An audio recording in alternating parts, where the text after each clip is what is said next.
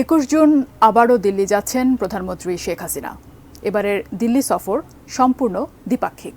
সে সময় দুদেশের মধ্যে অন্তত 4টি চুক্তি ও সমঝোতা স্মারক সই হতে পারে। গঙ্গার পানি বন্টন চুক্তির নবায়ন সহ এবারে নতুন ঘোষণা আসতে পারে তিস্তা নদী ব্যবস্থাপনা নিয়েও।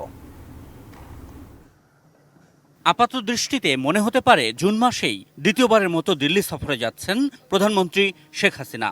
কিন্তু 21 ও 22 জুনের দিল্লি সফরের প্রস্তুতি আসলে অনেক আগে থেকেই নিয়ে রেখেছিল দুই দেশ।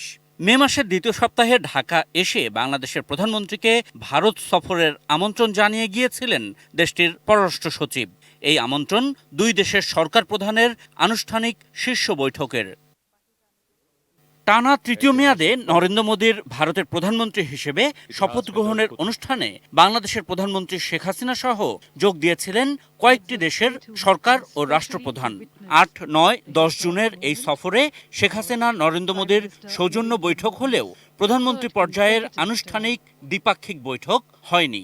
21 জুনের সফরটি তাই সম্পূর্ণ ভিন্ন, যাতে থাকছে নানান দ্বিপাক্ষিক ইস্যুতে আলোচনা ও অগ্রগতির ঘোষণাও। এই সফরে তিস্তাটা চমক হবে না, গঙ্গা চুক্তির যে নবায়ন সেটাই হতে পারে চমক যদি কিছু থাকে।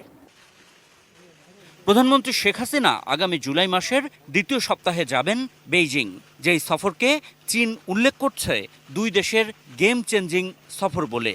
তার আগে আগে প্রধানমন্ত্রী শেখ হাসিনার ভারত সফরে তাই চোখ থাকবে সবার।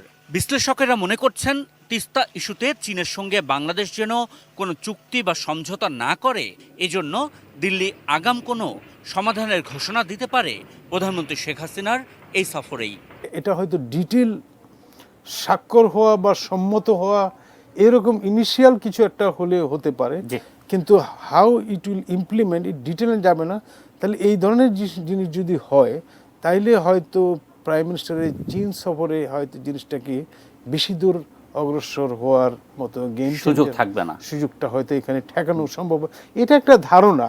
ভারতকে এককভাবে $1 বিলিয়ন যে বিষয় সেটা কি তারাই করবেন? সেটা যদি করে তাহলে পশ্চিমবঙ্গ এটাকে কিভাবে দেখবে? এতদিন যে শেয়ারিং এর কথা বলা হচ্ছিল সেটারও আবার কি হবে?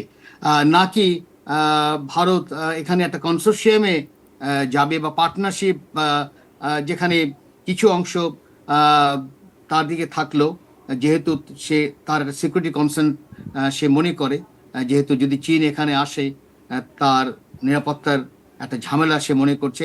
আশিকুর রহমান অপু, এটি নিউজ, ঢাকা।